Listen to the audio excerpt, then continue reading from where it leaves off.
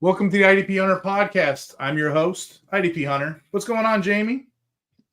Man, we've got a guy who's been everywhere this season, podcasting, rankings, live streams, all things fantasy football. Scott Bogman is a correspondent, contributor, podcast host for Fantasy Pros, specializing in individual defensive players. That's IDP rankings. He's an IDP contributor for the Fantasy Football Black Book, put out annually by Joe Pisapia. From redraft to dynasty, Scott Bogman, he's been dishing out actionable advice and hot takes all season, whether it's waiver gems, breakout rookies, or trade strategies. Scott, your guy. Let's welcome him to the show, Scott Bogman. Man, I feel like I'm ready to come out of the cage now. That was a great introduction, Jamie. I appreciate it. Thank you, man. Yeah. Look, I'm no Gary Davenport. I'm not the godfather of IDP, but I have been doing IDP for a long, long time. So appreciate the great info and excited to talk to you guys. So on that note, Gary Davenport, me and him talk. We usually talk late at night. You know, he's in my DMs. We talk. Really good friend. I'm on a show with him, Fantasy Frames. He got wind that you were coming on the show. You know what he told me? He goes, yeah, I used to co-host with him. Give him a slap for me, like a 3-2 slap. We're not going to slap you on it. Well, maybe Jamie might if he gets angry about his offensive players. We're not going to slap you on here, but it's just so fun to be part of this community and bring it in. Scott, question for you. I know you're a ranker. Mm-hmm. I know you write. I know you do podcasts. And I told you offline, that show you do, oh my God! In this league, it's one of my favorite off season, like just to get used to the rookies and everything. So thank you and CK for putting that show together. I love it. Appreciate that. I don't know if we told you, I'm the defensive guy in the six pack. I do all the defensive rankings, and he does all the offense. So I'm that guy. I tuned into one show. He's like, yeah, I don't do those. I'm like, I do. You know, pick me, coach, you know. But I'm the guy. Right. Yeah. CK is the best, man. He is awesome. He's doing some writing for Fantasy Pros as well as a six pack. And then we have the War Room as well. So big fan of CK. He's my guy. So, you know, when you're not podcasting, you're not writing. Well, maybe that is my question here. You know, when you're not doing all these tasks, what's the day in the life of Scott Bogman? What's your day consist of? What are you into? I don't have a lot of else that I'm doing right now with college football. It's a lot of researching, a lot of deep diving, and I write the college football article. You and I are kind of opposite, where you said you like to write. I'm a yapper, dude. I talk and talk and talk. When I go on a plane, I have to tell myself, all right, don't talk to the person next to you. They have to talk to you first, right? Like, because the floodgates will open. I will talk. I love talking to Uber drivers, anybody. So I'm a yapper. I love to talk. I watch a lot of TV shows, watch a lot of comedy, a lot of different podcasts, not just football and college football, a lot of baseball stuff as well. Obviously, I do a lot of baseball, and then a lot of space stuff. I like Neil deGrasse Tyson, things like that. Okay. Yeah, I read a lot of books as well, or audiobooks. I listen to a lot of books. So no difference in your brain between reading and listening to an audiobook. By the way, they've done studies. So you can say you read it if you listen to it. It's the same deal. So, but yeah, listen to a lot of audiobooks. That's kind of what I do before I go to bed, and then I get up and do it all over again, man. So video games on occasion, but I'm basically a vampire. I'm up really late at night. I sleep in during the day, and then I'm up for the games. That's kind of the point. So, what's your favorite video game? I need to know.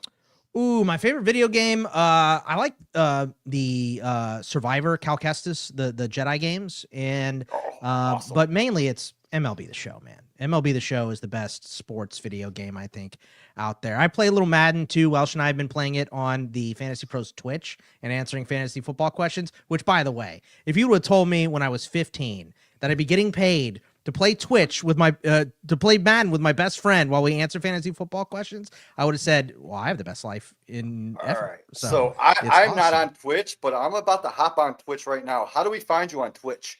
Well, I don't do a Twitch, but we have in this league, we occasionally Twitched, but all my stuff is on Fantasy Pros. And then the rest of my stuff at Bogman Sports on Twitter. I do in this league: fantasy football, fantasy baseball, and the draft with CK. I do college football at Betting Pros. I do the Thursday and Monday night football bets with Joe Pisapia on Betting Pros. And then I'm usually on the wrap up on Sunday night on Fantasy Pros as well. So got a week off last week. Might have this week off. I can't remember. Too many things going on. But yeah, man, it beats digging ditches, boys. I am so happy to talk football all day.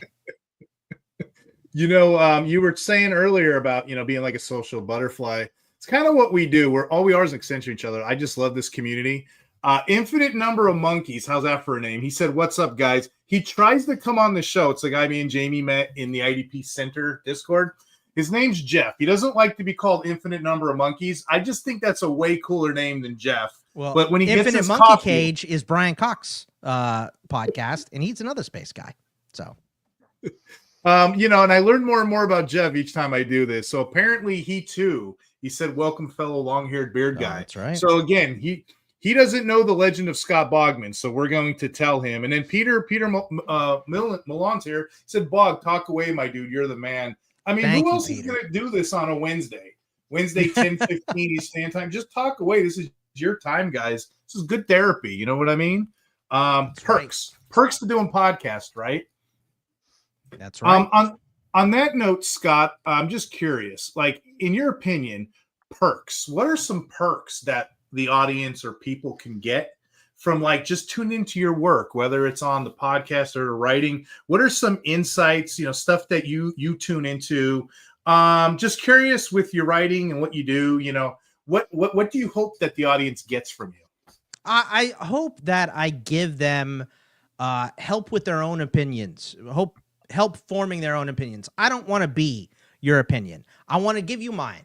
And if my argument is good enough for you to take, great. If it's not, I also understand that. I'm very, my takes can sometimes be black and white, but I am so gray area. I understand. I think it's good to look at most things from every angle you possibly can, right? To get as much information you can and then make your decision. Now, you can get paralysis by analysis that way as well. So you do have to temper it. You do know when to ratchet it back and, okay, I've looked enough at these numbers, right? Which I do in college football betting a lot. It's okay.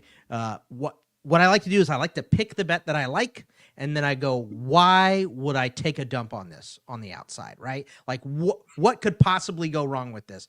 So the process and just my thought process of going through things, I hope it helps people. I'm not looking to be the shining light or the guide or anything. I'm just on top of what you already know, what you've already learned. This is how I see it. So that's basically what I like to do. And Small Talk Sports is here. He said, "Who's that handsome guy in the hat?" I think you have poor choice in judgment. Scott is not wearing a hat, so I don't know what you're talking about. No, I think they got that right. I got a face for radio. Infinite number of monkeys.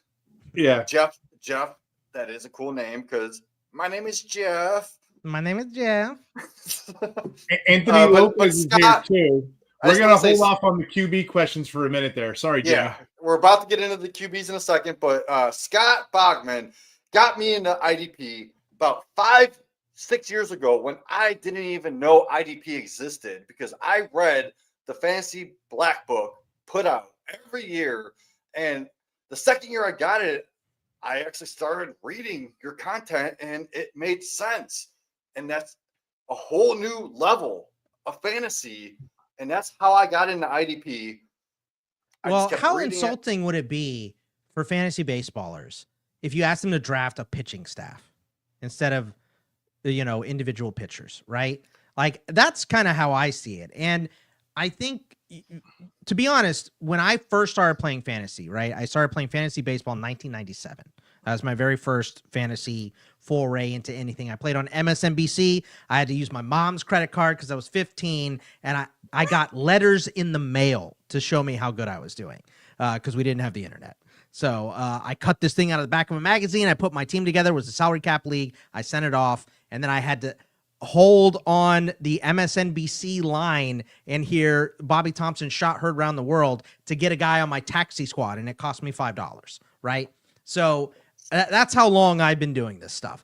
But my very first dynasty fantasy football league was this website that no longer exists. It was called EF Sports, and they had a salary cap and restricted free agency and unrestricted free agency, and you had to bid on players and you had to give them contracts, and you picked every position on the field. They had a scoring position for offensive linemen, for punters, everything. So that's how I got involved. So I didn't really know a world without IDP, and then I started playing on like ESPN, and I'm like, well, where the hell are all the defensive players? Why does it just say team defense? What is that? So I never have liked that. In being a Steelers fan, most of our stars are on the defensive side, right? So especially now, but growing up, it was always, Greg Lloyd, Kevin Green, Joel Steed, Rod Woodson, right? Like it was all those guys. So I just always appreciated the defensive side as much as the offensive side, if not more.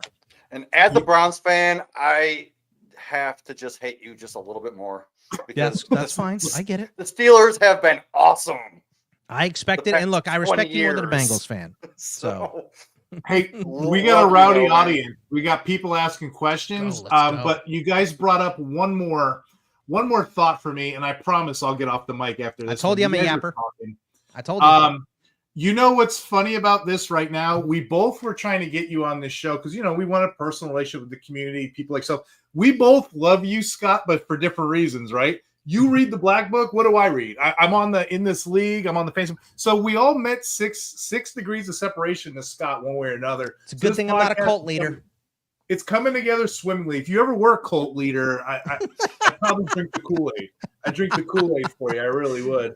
Don't ever join a cult or drink the Kool-Aid. I'll say that. Jamie, you brought an interesting point up to me. Like 5-6 years ago, this thing was like the Wild West, especially IDP. IDP is such a niche community. I mean, now you got us doing it. You got a couple different networks. You got some people doing it. But before that, there really wasn't anybody doing it. 2009, 2010, until Scott came on the map. You had Gary. What was Gary? Yeah. Gary's been the man forever. So he absolutely supersedes me. But I mean, outside of that, I'm probably in with some of the OGs outside of Gary and a couple other I'm sure I'm not thinking of right now. So speaking of OGs, Jeff said, once you go IDP, you never go back. And that's truthful. I've been playing, I'm going to show my age here. I've been playing IDP since 2003. The game has changed so much. And some of the guys that were like hardcore, those were the compares in my league, they don't know anything now because they're so behind. I got a strong safety. I have to have a middle end. The game has so changed in just the last couple years alone. So I guess my final question, and I'll give it to Jamie, and we'll kick it off. Mace is in the chat as well. We all love Mace. What's up, Mace? Gary's the GOAT. I think Jamie's the GOAT too. Jamie's got some hot takes. I can't wait to get you guys going. But I got one more question I want to ask. Just, being an IDP offense enthusiast, Scott, what's your approach to roster construction? Like, do you have a particular method you do as to what you think, the game has changed the last couple of years? Do you have a thought process? Because I'm kind of rigid in what I do, but I want to be open-minded as well. So do you have any specific things you look at? Absolutely. I mean, I want upper tier defensive linemen. I want the guys that are on the field most of the time because there's just not many of them, right? So that is my first, how I like to build. I like to build from the line back. So it's defensive lineman first, it's linebackers second, and I do not care about defensive backs. They are even a little bit because it's just they're so interchangeable and they're different from week to week, and it's so impossible. So you do still want your safeties that get those box safeties that get the tackles, right? But there are really crappy corners that get picked on that we love in IDP as well. So, or they're just okay corners like Riley Moss across from Patrick Surtain, so they get thrown at a ton. Right. So it's definitely adjusted from, back in the day, like it was in the early 2000s and late 90s and stuff like that, where you don't want corners at all. You only want safeties. It's definitely changed, but I think just the rotation of the defensive linemen, the fact that there's not guys out there, because one of the biggest things is snaps and just being on the field to get the points. So there's so few of those upper tier guys that's what I want to draw from first. Then the linebackers are obviously the spine of your IDP team every time. So I usually like to go high-end linebacker, defensive lineman first, and then kind of switch off. And I will honestly wait till the last 6 rounds to get my 4 starting defensive backs a lot of the time. So sometimes everybody has that thought process. So some of those guys drop too far. So I'll end up taking those high end safeties, but usually I wait. I mean, imagine getting like a Gardner Johnson.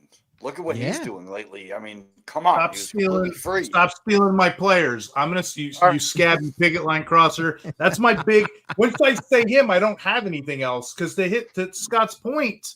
You know, I They're all go crap. super deep. You'll fit right in around here. I go super deep, but those are the guys. Those are the guys we want. You know what I mean? And Jamie, I was being funny, but funny. These slot corners and these box safeties, they rotate so much. They change so much, don't they? It's like night and day every other week. It's kind of like IDP because it changes so much. But right now in today's game, you hit the slot corner right, the safety right, like Mace's talking about. That's a cheat code. That's an LB2. That's an LB2 right now. That's how they are playing out. Okay, I'll get off my soapbox, but I love it.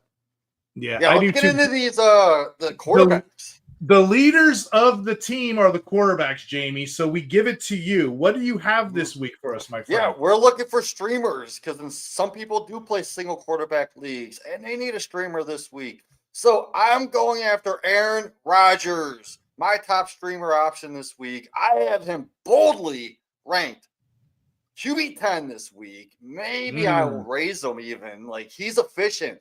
Just a few weeks ago versus the Bengals, Rodgers had 250 yards and 4 touchdowns. The Bengals are allowing the 4th most quarterback points at 22.6 points a game. So he is a safe QB2 with some touchdown upside. So I'm going after him.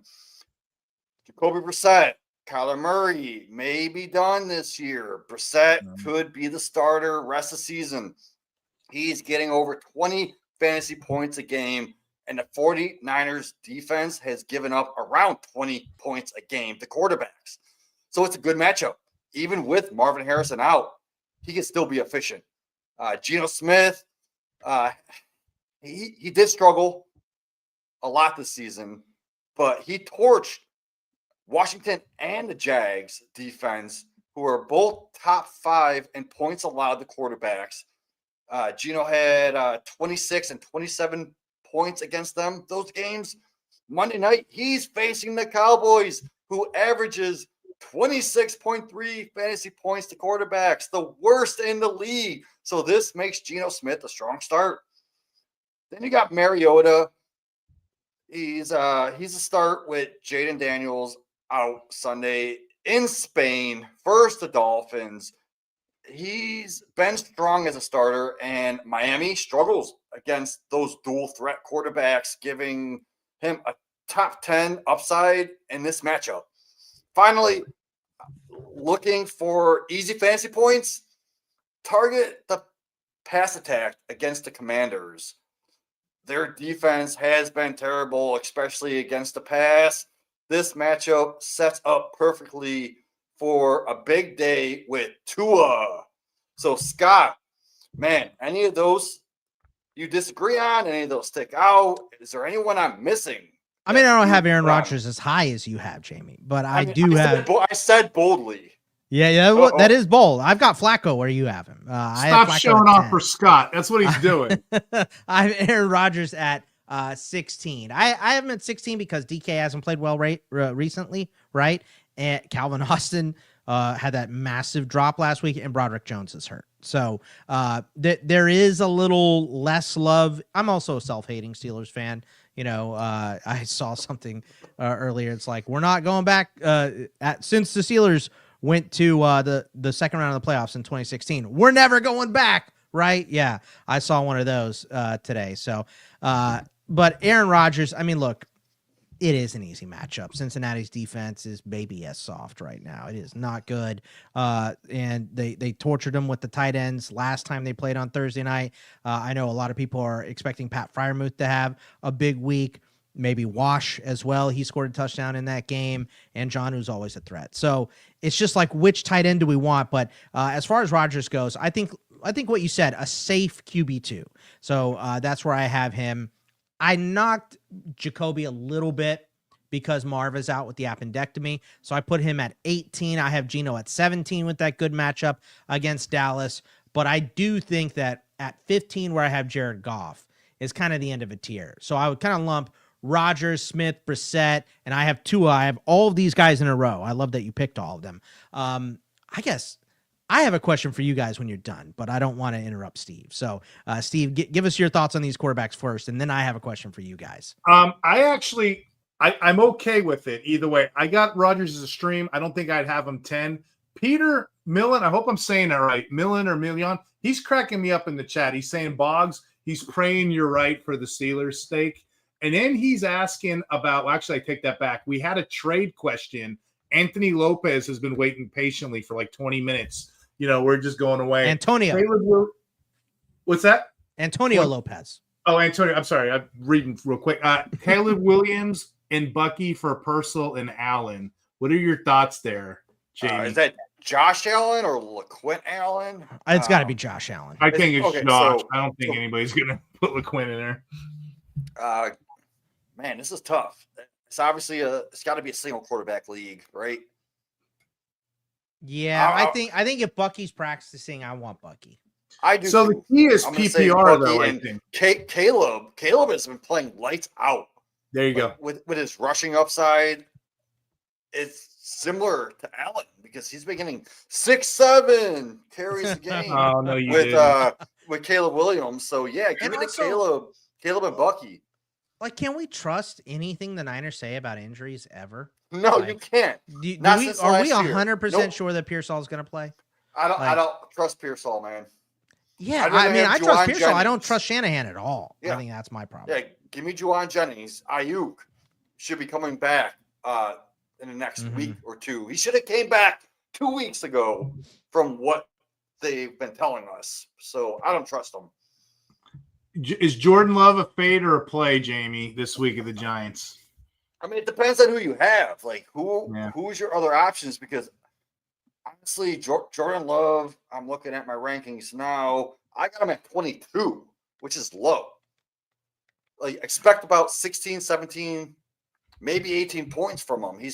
I don't think he's going to get you over 20. I think this is a good get right week for Jordan Love. Because it's just his pass catchers, though. Come on. Yeah, they've been getting blown up, but I mean, if you're going to take advantage of a defense, this is the defense to do it. The only good part about the Giants right now is the line. So to me, it's all about Jacobs getting those carries, getting those touchdowns. He had a ton, right? And they'll be on short rest a little bit. So maybe we see a little bit more of Emmanuel Wilson. I could be overthinking it. I mean, I had the under on Jacobs and he screwed me on Monday night. So by one carry, by the way. I did get a Jacobs touchdown and I got it. Yeah. Jacob's touchdown is a good call. My under on his rushing attempts was not. So, but I do think this is a nice get right game. Get your confidence back for your quarterback against a opponent that could have bowed up. We saw them do it on Thursday night against Philly, but I think the wind is out of the sails for the Giants now that they're starting Jameis. So I'm honestly, I'm actually willing to start Jameis Winston over Jordan Love this week. Ooh, Look, I don't hate the boldness of it. I just don't know if that I would. I just don't know that I would. I'm always bold, man. Fortune favors the bold. Ask Matt Damon. He'll tell you while he sells you some crypto. So Steve, what do you have for the DLs this week, man? You and Scott, I want to sit back and just listen to you and Scott talk about these DLs. So I got a couple repeats. I'll jam them in. I only got 10 for you this week. I'll break it down. We have a question. Yeah. We have a question in the chat. And I forgot to ask you guys too. Sorry. Bo Nix. What the hell are we doing with Bo Nix after these 2 miserable weeks? God damn it! I don't even want to start him, man. He's a guy I want to lower. I have him in the 20s, but that's probably too low. I have him at 20, 1 spot ahead of Jameis Winston, 2 spots ahead of Jordan Love. Man, if I got him lower than Jamie, maybe I am crazy, huh? That's possible. Give me Tua, give me Mariota, give me Mac Jones, give me Geno Smith over all those guys. Tough matchup. Yeah. What do you think, Steve? No, I'm the same way. Like Knicks, if I'm playing them, I'm probably playing them because I'm desperate or just off of name value right now. That team is weird. They lead the league in punts, but yet they're 8-2. So maybe there's something to it. But yeah, fantasy wise, he's killing us right now. Yeah. Got to get it back on track. That offense can be good, especially with Harvey. I want to see some Harvey production. Come on, let's go. Same. Yes, let's go Harvey. So Steve, let's get into your DLs. We have a question to chat before we do. This is a good philosophical question. I'm going to answer it, and I'm going to kind of tweak it for Scott here. They're asking about offense and defense. Like if you're in we call them combo leagues, but combined leagues, when the hell do you draft these guys? So we're just going to say apropos nothing. Everything's even Steven. Let's say you have a board. Let's say it's a Labor Day weekend. You're over your friend's house. You got a couple beers in you, right? Mm-hmm. You're going to play this 11 on 11 bullshit, 64 rounds, right? What the hell? This is my take. And Scott kind of said a little earlier, I don't panic. First thing I'm going to do, I favor offense over defense. Defense, same. I'll run a skeleton crew. I'll run an old man skeleton crew, especially if it's redraft. I'm going to take offense first. I want the premium players. Now, I know people are going to look at this, hindsight being 2020. They're going to be like, well, wait, offense, defense. It's a 50-50. No, it isn't. When you do the math, if my math is right, 11 players on defense, 32 teams, was it 352 players? It's close to that, right? Offense, it's not like that. Offense, there's 5 offensive linemen. So take that into the equation. So 11 times 7 is 224. So now you have 224 offensive players to choose from versus 354 defensive players to choose from. I will gladly take all of those offensive guys off the board. Then my later rounds, I will get my defense filled. You already heard, and this is coming from Pete, and he's got a little tweak to it, but you already heard you couldn't wait on defensive backs. I can fill those in the 28, 29, 30th round. You know what else you can wait on? DL2s, which I have a ton of them this week. The average DL2, like DL20 to DL50, it's like 4 points a game. You could wait on them. So there's 2 strategies I have, Pete. I could either get my offensive set and just stream. If I feel cocky, I'll do that. If I can read the room, and I'll just build. Or if you want to get really cute, what Scott said earlier in this podcast, get an elite defensive lineman. I don't know, 7th, 8th round. Get one of those top tier guys, and then gobble up all the volume-based linebackers. And I guarantee if you do that, what Scott said in the beginning, I thought that was brilliant. If you do that, elite defensive lineman first, volume-based linebackers, because those guys get hurt a lot like running backs. You can plug them in. You're going to be in the fight in most leagues. I mean, some of the leagues me and you play in, Scott, death match and whatnot, we're in it just because we're paying attention to the stock market, But Pete's question was about drafting. He has a 7-rounder. It's a rookie draft, so this may be a little different because of IDP. I love those because I get to actually pull rabbits out my hat. When are you taking your IDP? Are you taking them if it's a full-blown 7-round rookie draft? When should you start drafting defense? Pete wants to know. I want to add one thing to what you said about your initial draft as well. Keeping up on the offensive side is an arms race, right? It's like loading up on your nuclear arsenal. You have to match with everybody else, right? And that's why to be honest, I'm an old man compared to a lot of fantasy players now, and I've always been a running back first guy, like the guy that gets all the touches. That's why I'm doing pretty well this year. I have a lot of Jonathan Taylor, right? So I'm an RB first type of guy, but you can't ignore the wide receiver position because it's an arms race, right? You have to keep up. It's the same thing in IDP versus offense, like Steve just pointed out. Your choices are shorter, and everybody else is taking them. So you have to take offensive players first, even if your scoring is somewhat close, because you just have more options on the defensive side. In a standard rookie draft that Pete's asking about here, I want to earliest I would take a really good defensive player is middle of the 2nd round, right? That's basically what it is. Almost every draft outside of maybe this 2026 upcoming draft, you'll hear about that in a couple months here, Steve. It's probably going to be offensive heavy, right? It's going to be offensive heavy. People are trying to replace their running backs. They're trying to keep up at wide receiver. If there's an elite tight end or if it's super flex, you're just throwing darts at quarterbacks, right? So the middle of the 2nd is really when those defensive players are going to start coming off. And it's usually like 2 guys in the 2nd, maybe 3. And then in the 3rd and the 4th, now you're starting to see some of these guys come off the board. So in a standard, when you're playing both sides and you're in a rookie draft, that's basically what I'm doing. And Steve, you are correct. Your math is right. So, in don't honor correct me. of Adam Sandler and Billy Madison, Chris Farley, you are correct.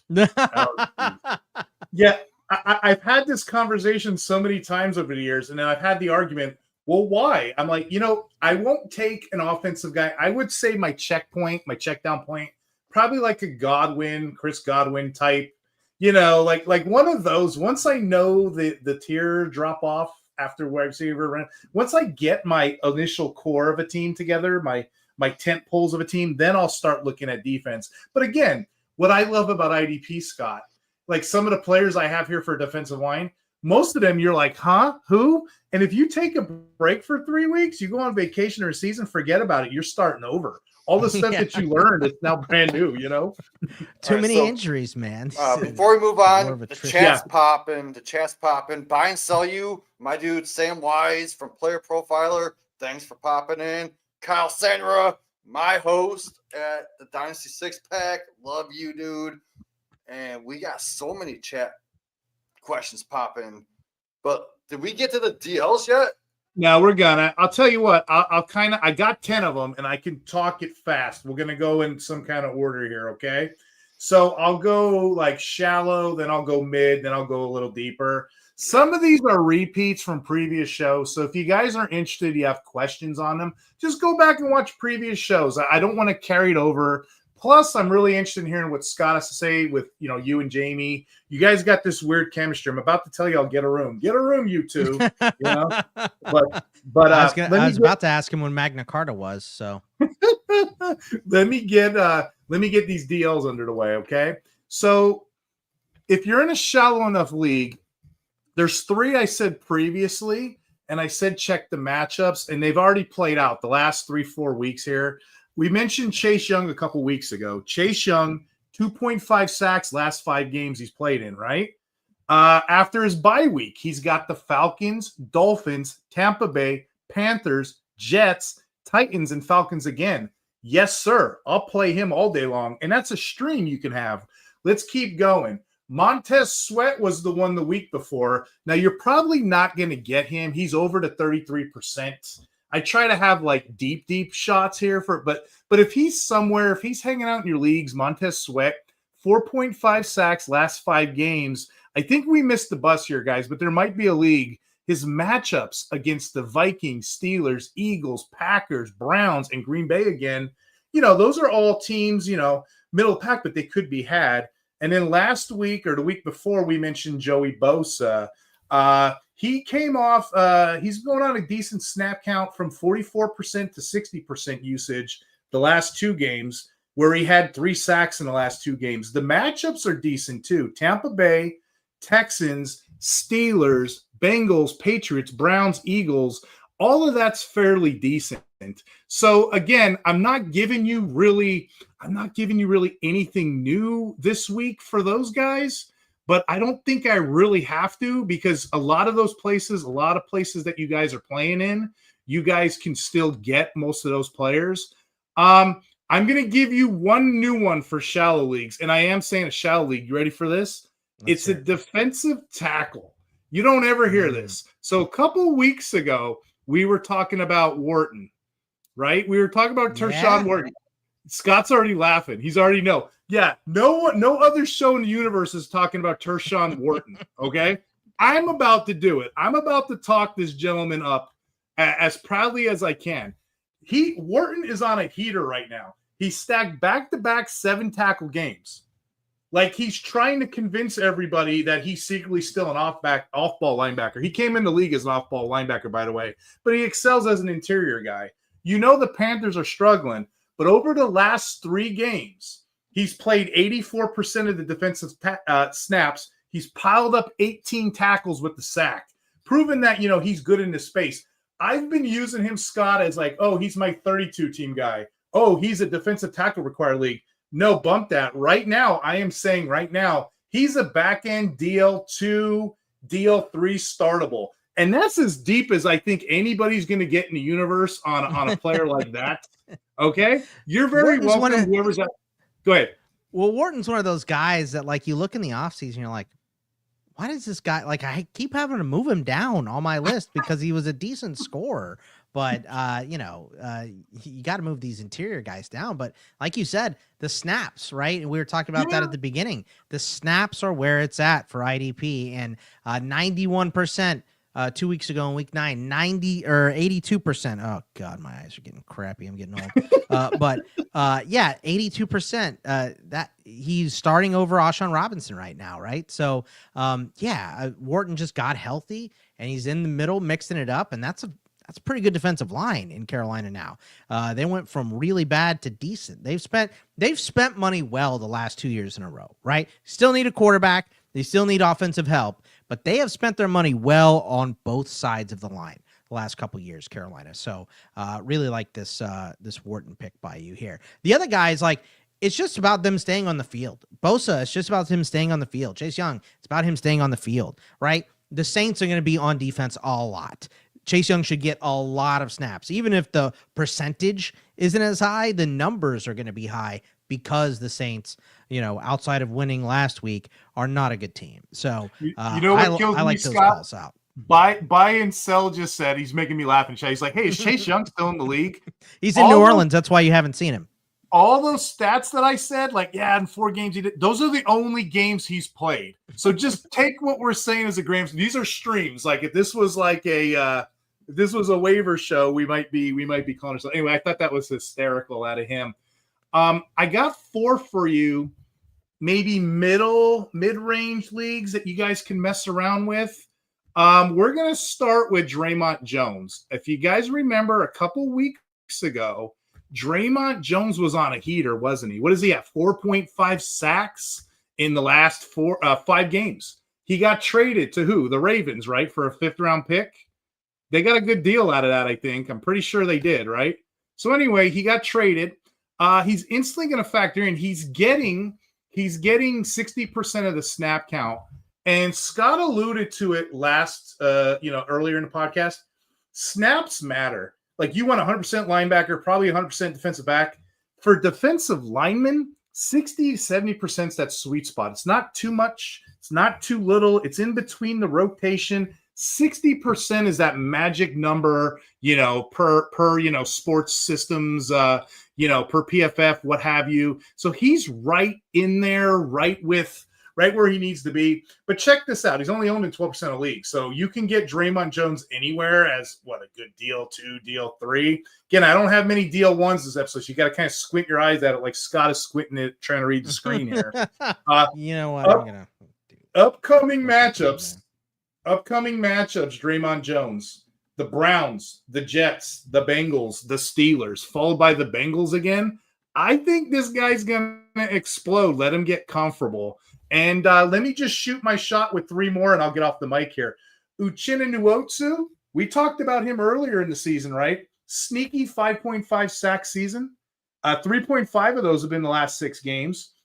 He's got some matchups against the Rams, but after that, it's the Titans and Vikings, so that's exploitable.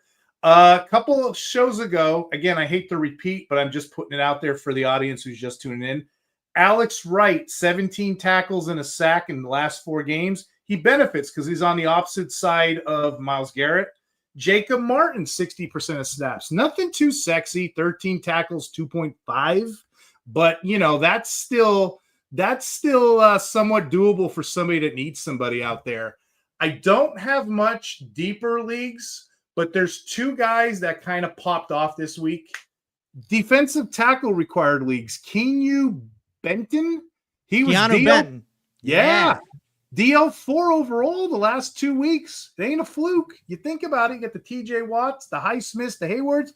They're going to get the attention. Benton can be had most places. And then the last one I'll do, another guy that's been sneakily popping off, Charles Snowden.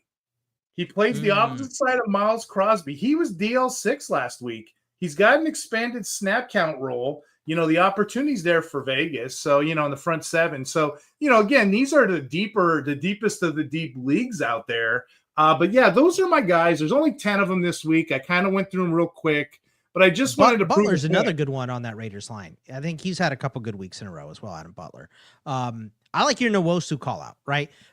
They rotate a lot in Seattle because they have so many good players, but I really like Nwosu because he is kind of it's him and Leonard Williams are the leaders for the snaps on the defensive line. So I really like that Nwosu call out, and Draymond Jones just, they don't want to play Ojabo, so we should see him out there more and more. Someone asked in the chat, oh, this is Lollygagger. He plays in me and Jamie's 32 team league. What's up, Lolly? He's asking about Daniel Hunter. Is he for real? Because he blew up this whole season. I've been kind of fading Daniel Hunter. And the 1 week I do on Fantasy Pro, Scott, guess what? He blows up. That's the story of my life. Just Charlie Brown kicked the football. Just go ahead and kick me in the nuts while you're at it. But yeah, Daniel Hunter blows up. Is he for real? This is a two-parter. Is he for real? I'm going to say this. Whether he's for real or not, doesn't matter. He's playing the Titans this week. That offensive line's like fighting a paper bag. So yeah, he'll go off. He's startable. Yeah. Play him. So the question was, should I start Daniel Hunter or Mac? It's definitely Hunter. Don't get me wrong. I like Mac too, but Mac, if you pay attention to what Mac's been, thank you. He's on a limited snap count. If you pull back the numbers, which I was about to, Scott poetically already figured it out. He's on a limited snap count. And what happens? You can be the best player in the world. If you're on a limited snap count, eventually it's going to catch up to you. It's unsustainable. So to quote the great Michael Jordan, you're going to miss every shot you don't take. And right now they're not taking shots with Mac.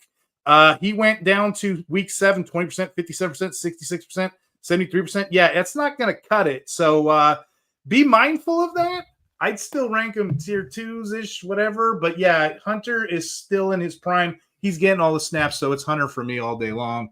I think that's all the DL line questions. I think we got them all, Jamie. What you think? You're muted. Oh, we get to talk bad about him because he's muted. Okay, my bad. You can stash these running backs right now. We talked about it all year. Blake Corum, Tank Bigsby, some repeats that we've been hammering for a while the past couple of weeks. If the starter goes down, they're going to get the workload. Same with Algier. He's even better because you could actually put him in your flex in deeper leagues. He's getting more goal line carries than Bijan in this run-heavy offense. So if you haven't been listening the past 3 weeks, why don't you have Algier on your lineup already? Also, Devin Singletary, potential option if you need a high floor play because he's actually seeing consistent work. Then you got Sean Tucker. I know Bucky's going to be coming back soon, but he is a deeper streamer option who could see more opportunities while Bucky is still out. So I don't mind putting him on my team in a deeper league. Now here's a guy, Keaton Mitchell. This guy's a stash. I've been holding this guy in my dynasty leagues all year. He's shown flashes of big play ability, especially when you look at his rookie year. And I think he is worth a stash in deep leagues because if Henry does get injured, the Ravens get the Bengals in 2 of their next 5 games. So what's to say Keaton Mitchell can't be someone as a deeper stash? Finally, deeper stash, Kenneth Gainwell. It just seems like Arthur Smith is really trolling us fantasy managers these days because Kenneth Gainwell, he saw 0 carries last week, but he played the most snaps. It doesn't make sense. He's picking up them blitzers. Yeah. The O-line wasn't doing it. So he's more valuable for fantasy managers that actually own Jaylen Warren, but in like a deep desperation play this week, he could possibly get you like maybe 7 to 10 points versus the Bengals, who give up tons of points to running backs. So why not take a shot on him if you're desperate? But these are all stashes because we all know it's hard to actually stream running backs. You can't do that in leagues. So, Scott, what do you think? Am I missing anyone that you like as a stash at running back? I think the only one you didn't say, and I don't know his rostership percentage, but Brian Robinson, did I hear him at all? Like, That's a good one. CMC is just taking so many carries, right? And unless he's a witch or whatever they gave him in Germany, every single player needs to go get it, right? I feel like he's going to break down at some point. So I think B-Rob is a good stash, but I really like the names that you picked out. Like Tyler Algier is, somebody mentioned it here. He's the goal line back now, buy and sell you. Yeah. He mentioned he's the goal line back for Atlanta right now. And Bijan is playing more wide receivers. So I still think Bijan is the man there. And I don't know that he's the exclusive goal line back, but they're giving the ball to him near the goal line a lot. So I like that. I like that call out. In Singletary versus Tyrone Tracy, who knows what Kafka's going to do, right? Like this dude, he wants to win games. He wants to show the rest of the league that he can win games as a head coach. So he's going to play whoever he thinks is better. We don't know who that is. We assume it's Tracy, but maybe it's not, and maybe he just rides the hot hand, right? So Singletary, if they're going based on that, Singletary was hotter than Tracy last week. So I like a lot of these names that you put out here, Jamie. I want to know, as a Steelers fan, what do you think of Kenneth Gainwell? Like, what's up with he's that? nothing. Is Arthur Smith really trolling us? Just ignore him. He's a pass blocker. I don't even think that he's the handcuff. I think Caleb Johnson's a handcuff now. So it's Jalen Warren. He's gonna get the ball. I don't think they're gonna go to Gainwell unless Warren gets hurt. So, and if he does get hurt, we've seen Caleb come in before Gainwell. He did last week, and I think he did the week before, if I'm not mistaken. So, yeah, I think you can safely drop Gainwell. Maybe a handcuff in a really deep, like your 32-man league, sure. But anything less than 16 teams, I don't think Gainwell needs to be rostered. But we did see it when Jalen Warren was hurt. Gainwell was the main guy. That was early in the season, though. And that was after that week 2 massive screw up that lost the Steelers the game against the Seahawks for Caleb Johnson on that kickoff. So he was in Tomlin's doghouse during that game. So I think should something happen to Warren now, I think it's either going to be 50-50 or it's going to be 60-40 in Caleb Johnson's favor. Dude, I can't wait for Caleb Johnson just to take over this backfield. I think Warren's their guy, and Rodgers loves him in the pass game. So I think it's going to be Warren till the end of this year at least. Oh yeah, I'm talking future dynasty purposes because we all love Caleb Johnson, taking him at the late first round rookie drafts. I can't wait for him to actually pay off. He's one of the few backs that hasn't this year. Hey, Jamie, there's a couple questions in the chat. Let's hash them out real quick. We gotta get there's a couple interesting ones. This first one is this guy Alex Savin traded Nico and Barkley for JSN and ETN in week 4. Then he later traded, this is my guy, because you got to keep moving. You got to keep moving these trades. This is what I do. He traded ETN again and got Gatson. He's doing the red paperclip theory. You know what that is, Scott? With the guy at the red paperclip, he goes and he ends up buying a house and trades everything. I love that. Anyway, he ends up getting Ibuka. What do you think, Jamie? Yeah. Ibuka top 10 all day. So you got I think the first part of that trade I don't like. I don't either. The final presentation of it with Ibuka and Gadsden, win. Yes, 100%. Keep moving, like Steve said. Great work there, Alex. Yep. Pete's tearing it up. He's got a couple in here. He said Arthur Smith is the killer of all fantasy owner RB wet dreams. But he got Jonnu. But he got Jonnu, right? Like, I hate Arthur Smith, dude. I don't think we'll be talking about that in a little bit. I don't think he was a good coach in Tennessee. He had Derrick Henry and AJ Brown.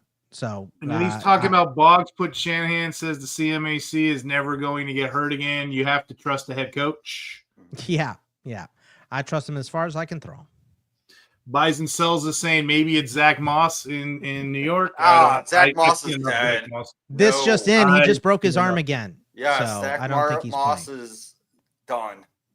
So, Steve, let's get into these LBs because this is. Hold on, you got one more, my friend. Thank you, though. You got one more. You got earlier. We had a comment. I was cracking up. Devin Singletary, Keaton Mitchell. I don't think they liked your deal, buddy. He said, "Kill me now."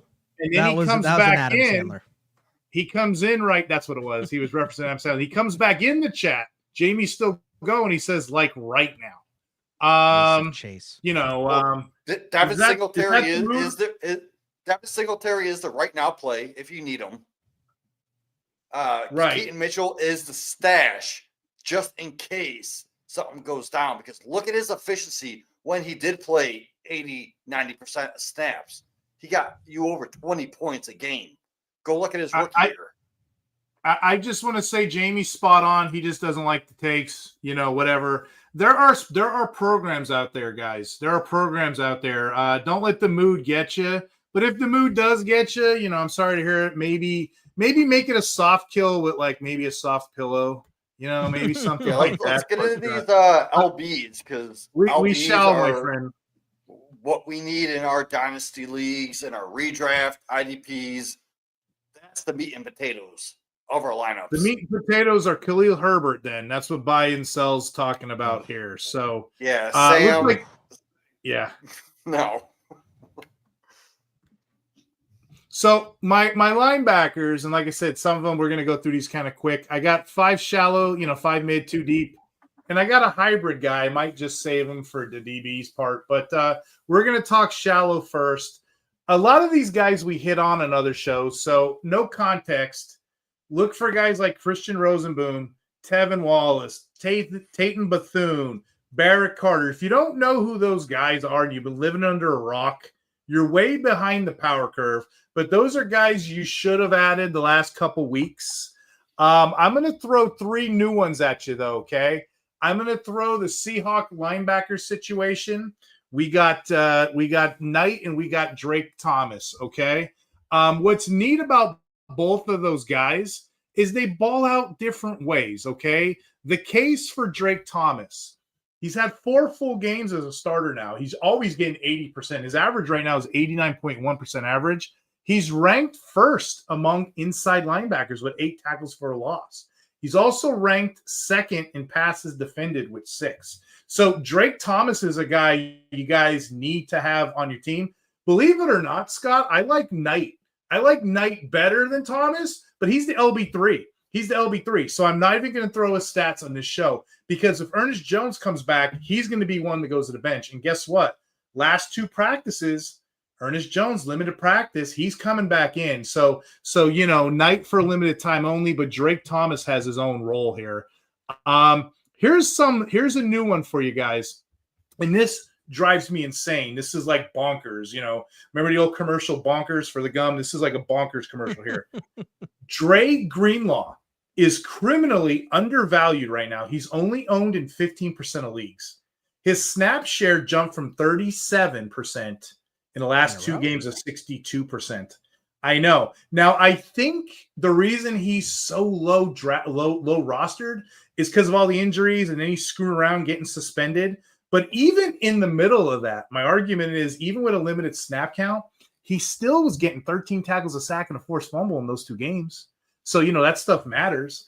And what's the recent news? We know, guys, the recent news that we know right now, Alex Singleton, as the story goes, he was getting checked out. And, what was it? A physical story. Yeah. What, Scott, you want to tell it? You can probably tell better than me. He had a testicular cancer and they were able to remove the tumor immediately. And it seems like maybe they caught it early, but it was because he got hurt and he was, just being looked at by the doctor. They caught it. So, thank God. And great for him. But I don't know what that means for his status this week, obviously. So it was a drug test, right? They were doing a drug test. That's what it was. It was a drug test. Yeah. Yes. Yeah. And they pecked it. It was something on there. It was undetectable. And then they ended up catching that. So good for him. For this week, though, Greenlaw, Fancy Pros got him LB45. I think that's a mistake. I think that's lower than his price tag. So, yeah, that's a free linebacker 1 if he's in your leagues. I'm going to go a little bit deeper. We're going to go a little bit mid-leagues here. Cody Simon's kind of flapping around out there. For those that don't know Cody Simon is, Scott's shaking his head because he knows. We did the draft profiles. Over at the Fantasy Six-Pack, me, CK, Jamie, we do these rookie profiles. There was over 300 players from college we did. I did 200 IDP players. Cody Simon was a top prospect to me. He was MVP of 2 college games, the Rose Bowl and the championship. We like Cody Simon. He struggled in the preseason, but last week, because of Mac's injury, he finally got to wear the green dot. He was 100% snap guy. He produced 6 tackles in a limited start. And right now, the news is he's playing again this week. So again, if you're in leagues like that, a flex play or mid to deeper leagues, you can steal him out of nowhere.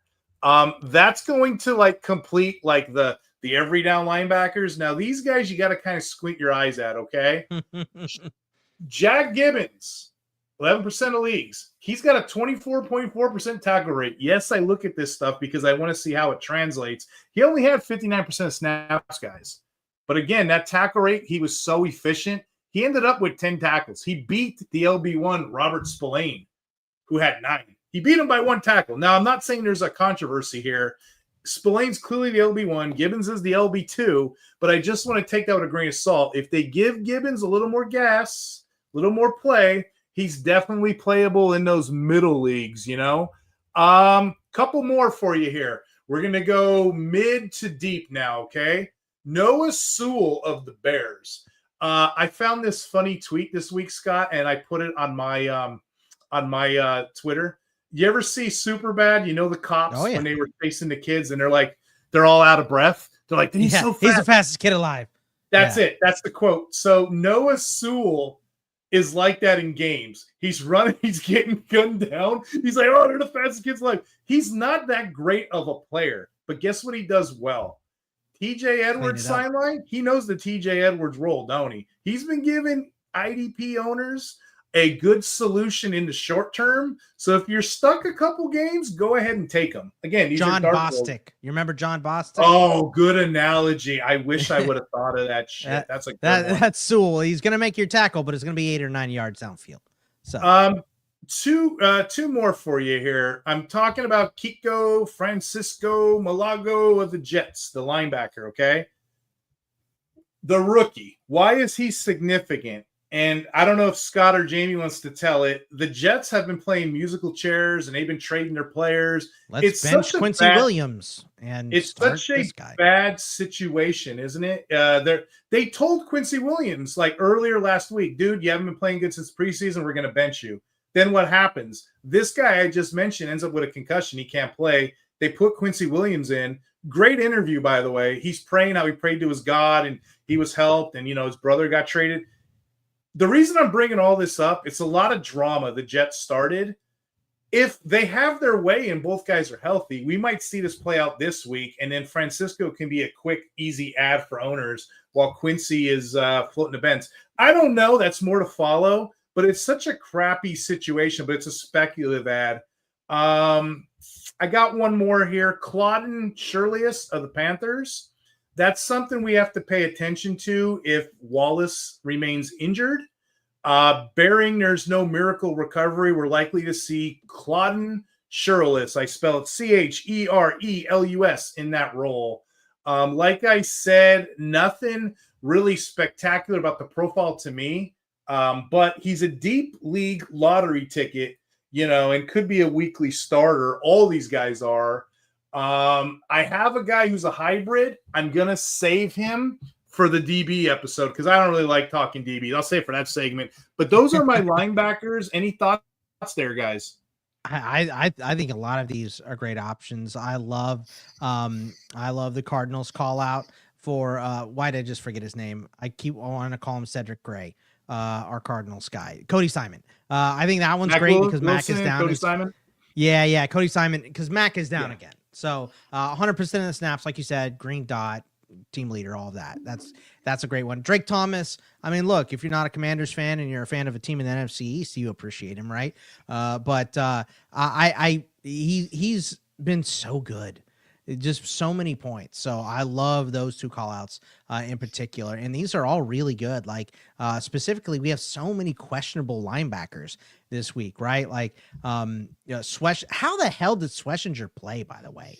Wasn't that crazy?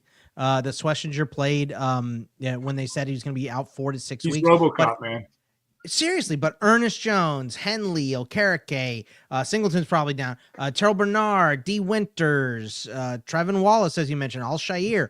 All these dudes are questionable. We're getting later into the season. We're going to have more and more and more of this. So, yeah, some of these pickups are really good to help battle these injuries. I love that you mentioned carrot cake. Old carrot cake. Yeah. Jamie likes to call him Okariki just to Oh yeah. Just to grind my gears, like a Family Guy reference. We had a question in the chat. The Falcons. The Falcons got a situation brewing with their LB2 situation. And really what it comes down to is JD Bertrand. He hasn't been playing like the way they need him to. And they have a depleted linebacker core with Troy Anderson out, this one out. It's just hard. Divine Diablo out. So they're bringing down their defensive back. So there's a guy, and this is depending how you want to interpret it. There's a guy who is a DB at LB, and that's not the one I was talking about, by the way, Level Up Lore. I have a different guy I want to talk about, but this guy here is also one of those hybrids. And I guess the question is, is he worth starting? This is what I want to tell you guys. He had a breakout game this week. What do you have, like 7 tackles? But I want you to look at the snap counts, okay? The snap counts are not there. I think he's only getting – I'm trying to pull it up as we're talking here. We're talking about Bertrand? Hit Bertrand and the other linebacker. Those 36 two, for him, Ronnie Harrison for 45, but Billy Bowman had 75%. Ronnie Harrison. You said Allen Robinson. I knew what you meant, though. But, yeah, both of those guys aren't really playable because they're eating each other's value. Do you know what I mean? But yeah, I wouldn't play either one just because of the way the situation's playing out. I know he had a big game, what have you, but again, like Scott was saying earlier, it's just not sustainable week to week. Yeah, I'd rather have Sewell. Give me Cody Simon. Give me any of those other linebackers you mentioned. Yeah, because Ronnie Harrison could be good, but he's just not on the field enough. So you guys want to hit the wide receivers? Let's back to the offensive side. While you're talking those, I'm gonna try. You had a lot of wide receiver questions in the chat, so I'm gonna start trying to yank them up while you're talking. Okay, sorry. Yeah, and we'll hit those at the end. So right now, I'm going after Parker Washington. He's heating up. 17 points, 17.9 points the last 2 weeks. Plus, I think he had a punt return touchdown. He did. Week 10. Now with Brian Thomas Jr. out and Travis Hunter out, he's huge for Jacksonville. So go after him. Christian Watson's another one back from his ACL tear, and he's actually flashing that big play upside. He had 85 yards in week 8. 58 in week 9, averaging over 20 yards per catch with Tucker Kraft out. Jaden Reed still on IR. He's a big opportunity this week. Don't ignore him. Tyus Johnson. Yeah, I know there's high schoolers that are bigger than him, even junior highs bigger than him, but he caught 4 of 5 for 42 yards, 2 touchdowns in week 10, scoring 20.2 fantasy points. He scored in 3 straight games, and he's seeing more work now with Mike Evans out and Chris Godwin still sidelined. He's an option. Keon Coleman. I want to call him cardio Keon Coleman. Because all he does is run routes without catches. But he did have 3 catches for 46 yards and a touchdown in week 10. 13.6 points. He hasn't been consistent since his 25-point week 1. But this could be a step in the right direction for him in that offense. Here's a guy that I want the rest of the season. Luther Burden caught all 3 targets for 51 yards in week 10. His 3rd game over 50 yards, and he's averaging 17 plus per catch.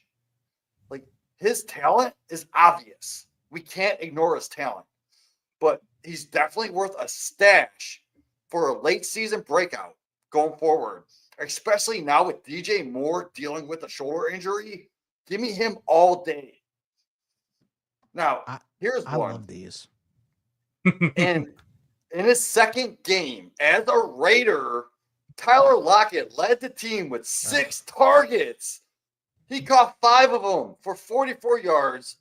Now, Jacoby Myers is gone, and his chemistry with Geno Smith from the past, he is a sneaky deep league ad with flex upside. So I'm actually willing to pick him up and start him this week. Don't at me.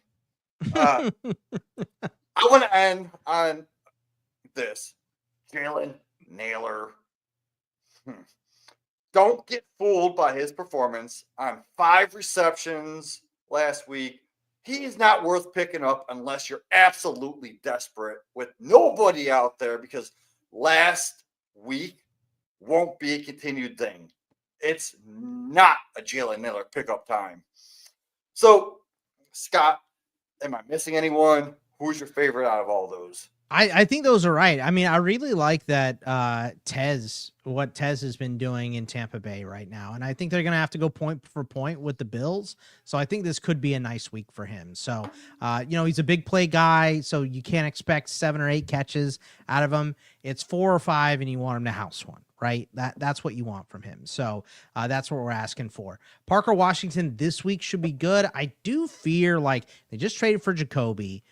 Brian Thomas Jr. is going to come back, right? So I do fear for the long term for Parker Washington in this Jaguars offense, but he's been their best wide receiver this year. So he should continue to get the football this week at least. So I really like that. Because you got to remember, Strange is coming back. So Is Strange coming back? Okay. Not this week, but I think the week following this week. Add another guy in there that's going to take targets, right? So everybody in Jacksonville is kind of screwed when they all get healthy. And Brian Thomas hasn't had a good year. So, but I like the Tez Johnson call out. Did you say Slayton? Because I know people in the chat, we were talking. One. That is a good one. Yeah. We're talking about Slayton a lot. Just he should be better because Jameis loves to throw the deep ball, right? Now, he'll probably catch the really difficult one and drop the easy one. That's a 4 short touchdown. But I think Slayton is another one that's hovering right around 50% rostership. And then would you guys rather have DK or A.M. Manor for the Titans now? I think this that week, just for the future, this week and beyond. Well, beyond, I'm going to stick with DK. But this week, I don't really like DK. I think we'll talk about him maybe a little bit later, but I don't expect him to have much. Yeah. Because when he did face the Bengals, he only had like 3 catches for 50-some yards. That's just like Cam Ward's got to get that ball out of his hand, man. He just holds on to it too long. So I think Cam another Ward's good thing for bust. Danielle Hunter this week, right? Like Cam Ward just holds onto that pill too long. He's got to sling it. So, but I like Alay's call outs, Jamie. I think these are good wide receiver options. I appreciate your feedback, and I do love this buy and sell you. Sam Wise saying Keon Coleman runs like Phoebe from Friends. Love that, dude. It's a deep cut right there. I love it. So we do have a question. Start Odunze or Diggs? Marks or Henry? It's Odunze for me, even though I think Diggs can get a touchdown, but I'm not going to sit Odunze the way Caleb has been playing. Marks or Harvey? I have them back to back. So I don't know. Maybe come back on Sunday morning at my Going for 2 live show, and we'll get to that question. I have them very close as well, but I have them both as RB2s. I've got Marks at 21, and I've got Harvey at 24 against KC. So just a better matchup against Tennessee's banged up defense. I agree. I can go with that. Buy and sell is killing me in the chat, Jamie. He's I love talking this about guy, man. more drug tests. He's answering questions. Listen to this one right here. This one kills me. He goes, I think you're an NFL player that doesn't get any attention. Chances are State's going to mention it in the chat. That made my week, my friend, because that's what these shows are about. Scott, no offense to anyone out there. I'm so sick of shows that are like, oh, I think Roquan Smith's a good player. Like, no shit, dude. Really?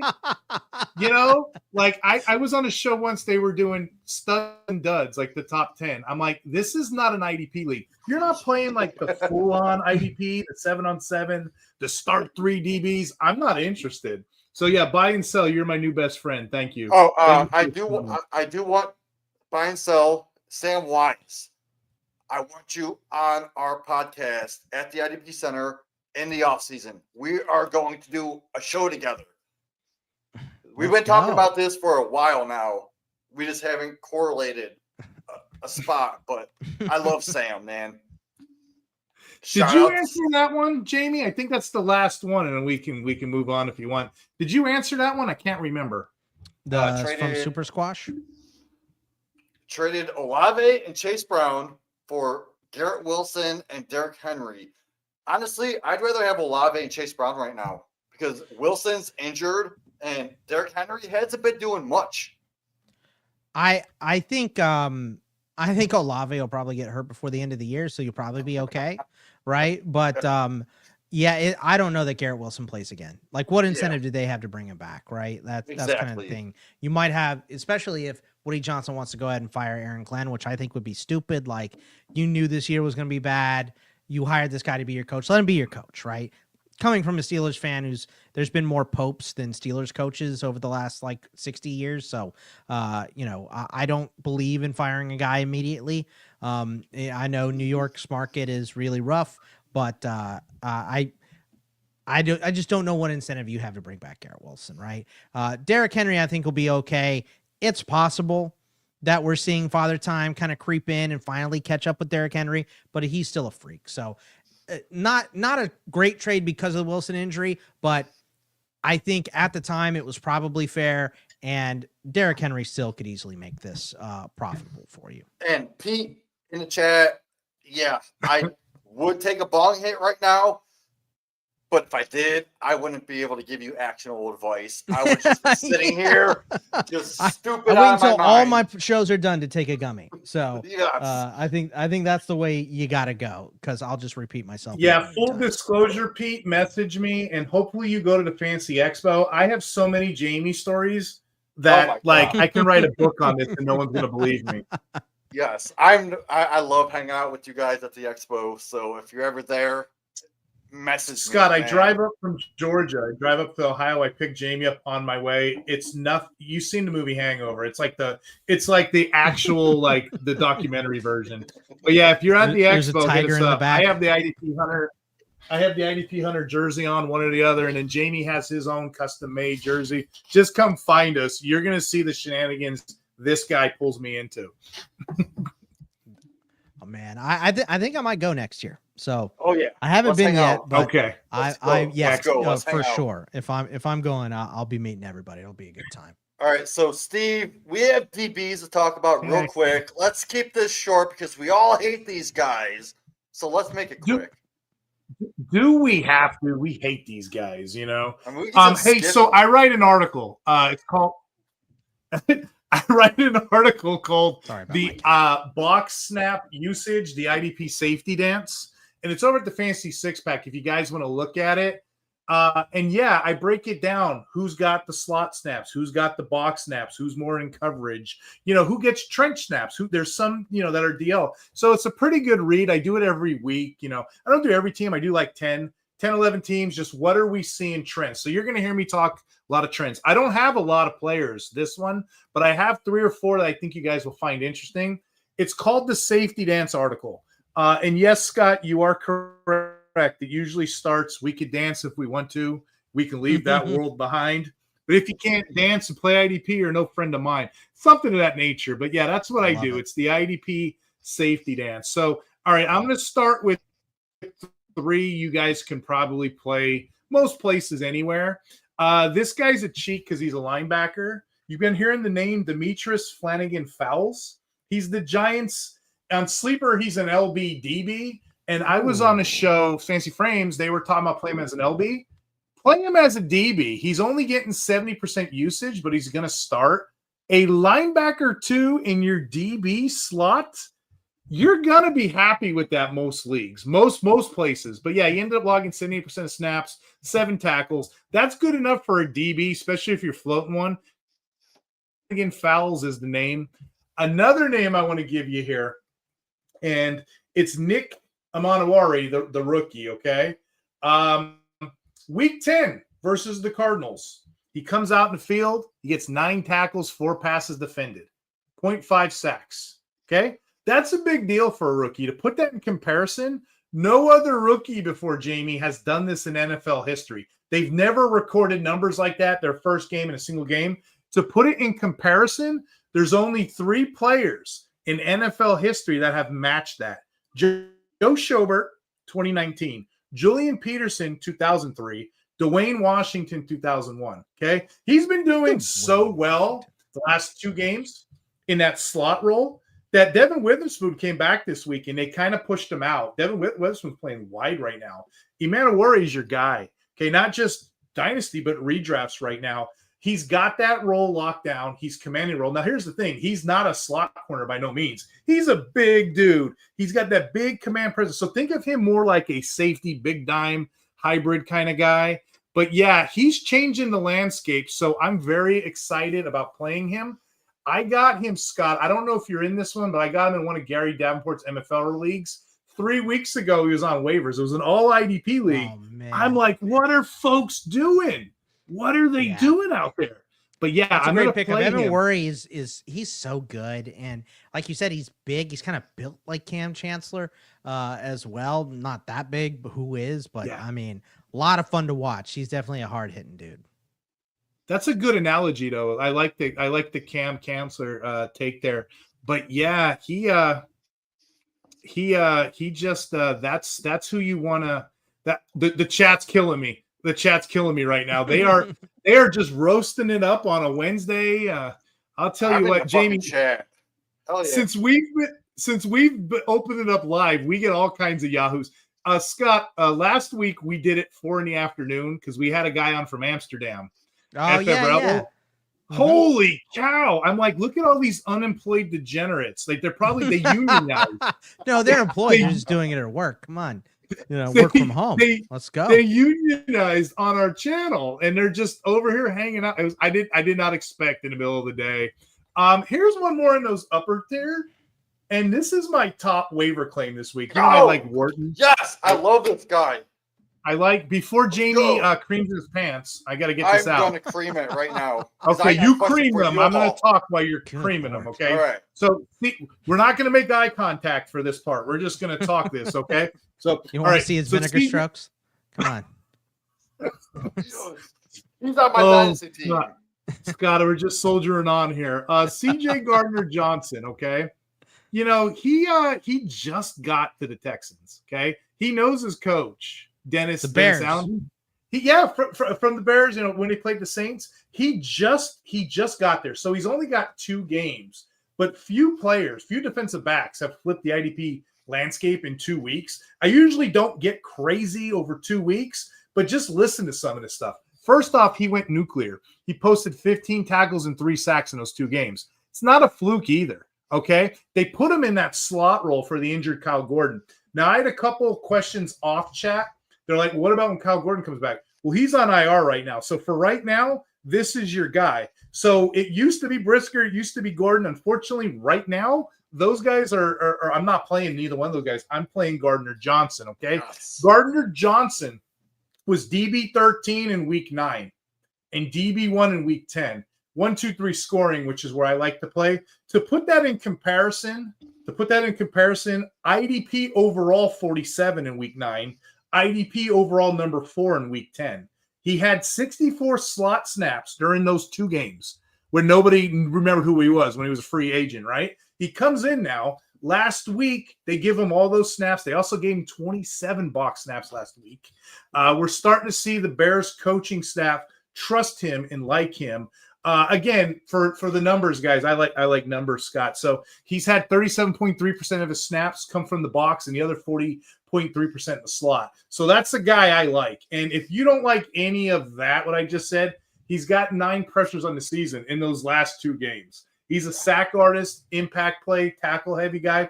He's got 9 pressures in the last 2 games. So something I said on the last podcast, I wasn't fancy 6-pack. Why does that matter? From his position, that's tied for 19th on the season. And he's only been playing for 2 games. So I'm very excited at what he can do. Like I said, he's already ranked 19th as a sacker. I took him as my sack lunch this week, Jamie. We'll see. He's playing the Vikings. But this is my dude I'm very, very excited about. So I have a couple others that are more like mid kind of players, but this is the one I kind of wanted to sink my teeth in. Any thoughts here, Jamie? Yes. So I want to say I have Gardner-Johnson on my bench in a dynasty league. It's a 12-team.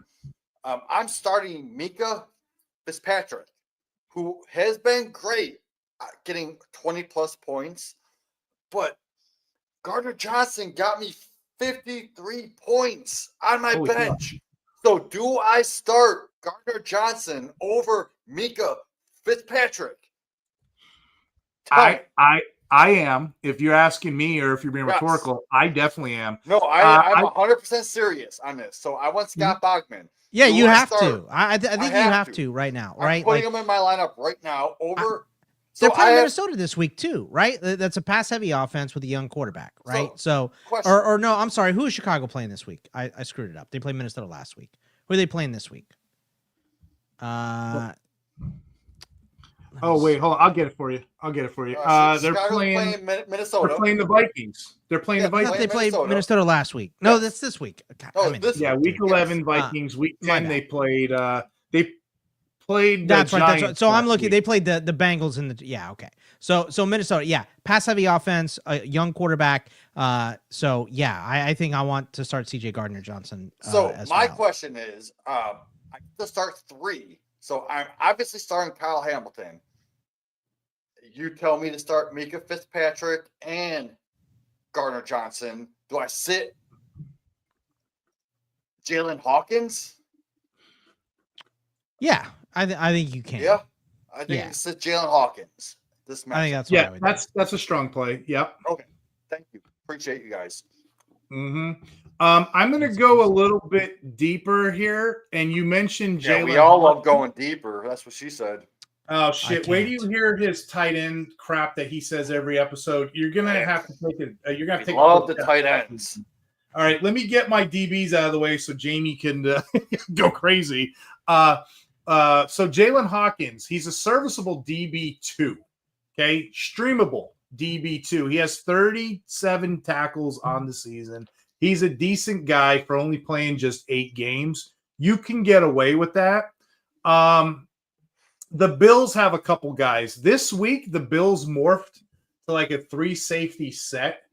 And I guess they were trying to checkmate the Dolphins, who were kind of weak at wide receiver. Also, their pass rush really hasn't been there. So I don't know if that's going to carry over yet. But the case I'm trying to make with you guys, the top 3 tacklers on the Bills this week were all safeties. Jordan Poyer with 8, Cam Lewis with 7, Cole Beasley with 7. You're like, who the hell is Cam Lewis, right? Cam Lewis just jumped in there, and he was doing all the stuff that usually see a Taron Johnson do. Cole Bishop excites me out of these 3 because when Taron Johnson comes back, that's going to cripple Poyer and Lewis's value. Beasley has his own role, so just be mindful of what's that? Isn't it? Yeah, did you say Cole Beasley? Cole Bishop. Bishop, I'm sorry. I'm Cole different white guy. You know where I'm stuck with. Hey, I was on a podcast years ago. I was talking about Geno Atkins, I think it was, and I said Geno Smith. I'm like, I'm a dumbass. You know what I mean? Those basic last names, man. For the short term, because Taron Johnson's making me mad. He was a scratch the last 2 games. If you have to go deep on a Cam Lewis because he's on nowhere, he actually did get 40 box snaps and impressive 52 slot snaps. That could pay off for somebody going deep enough, like me and Scott do. Jamie, I know you go deep, but it's a different topic. But you could go deep. You could easily probably pick him up, but it's just a short-term fix. So I wouldn't put a lot of time into that one. But yeah, those are players there that I think you can have. I don't really follow DBs much because I know I could punt them. The most exciting thing I wanted to tell you was those 3. Any questions? Anybody else you guys want to throw out there? I think those are pretty good. Like I said, I hate defensive backs, man. It's a crapshoot every week. So, big time. Yeah, I don't think I have much more to add, right? Generally because M and Worry I have in the 20s. I was down on Harrison Smith, but he's playing all of the snaps again, which is nice. I think Sanders still is going to get targeted a bunch. I think that's it, though. I think he did a pretty good job of laying it out there. I could answer one that I got offline.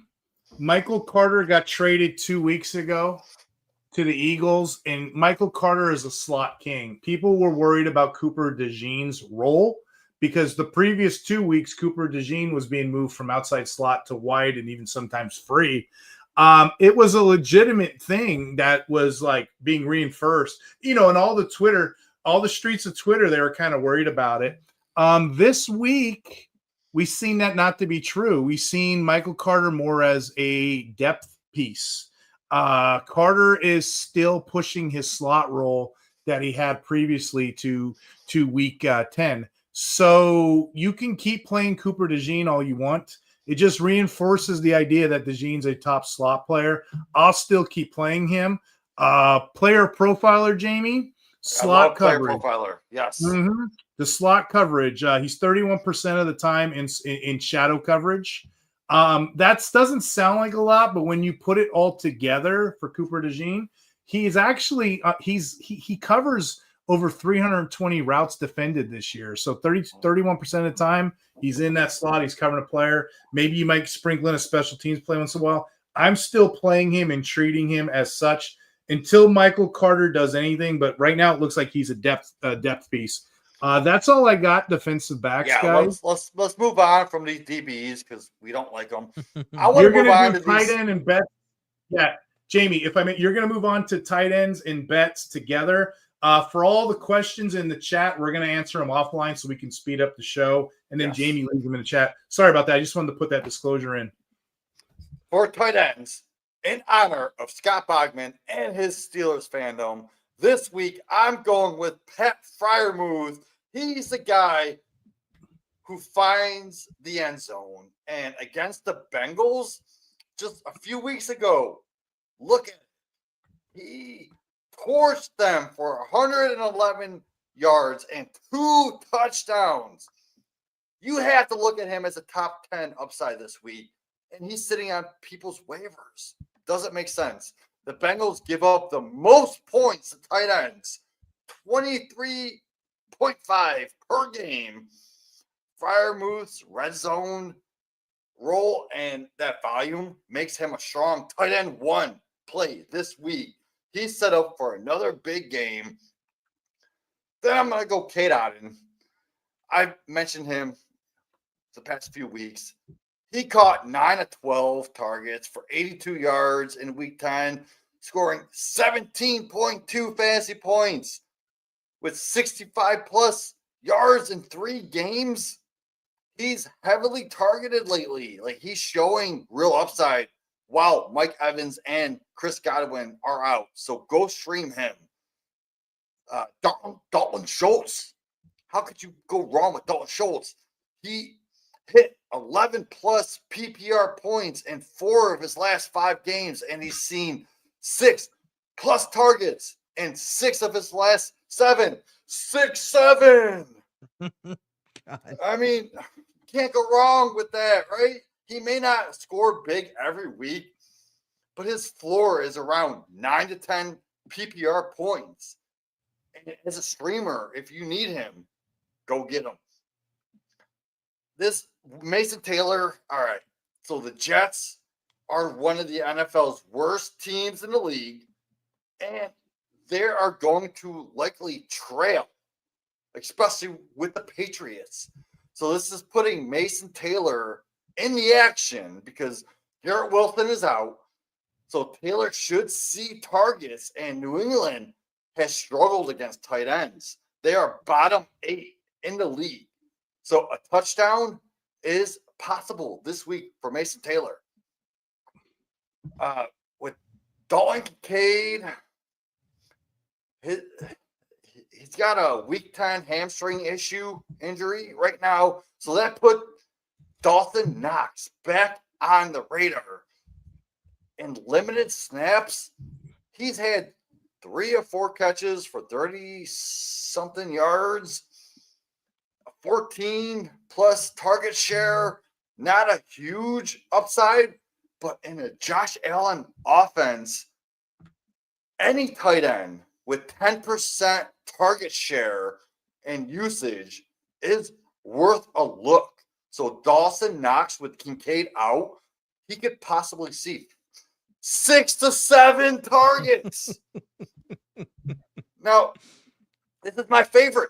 Theo Johnson, my 9.999 out of 10 RAS score.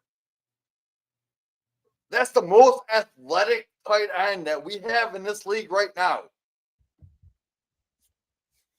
Hands down, he's seen 22.2% target share last week. That's 7 catches for 75 yards. Theo's locked in as a key piece of this Giants passing game, and he's a red zone guy that you want to go after. So steady tight end 1 streaming value right now, especially with the gunslinger Jameis Winston at the helm right now. Go after Theo Johnson because he got big upside. So Scott Bogman, I want to know, out of all these guys that I mentioned, besides Pat Freiermuth, because I know he's close to your heart, which of these guys are you going after as a streamer? Yeah, I mean, I think Mason Taylor is a very good call this week. I don't know that he gets in the end zone, Jamie, but they should be playing from behind, right? And like you mentioned, New England is terrible against tight ends. They're allowing the most receptions by tight ends per game this year, 6.1.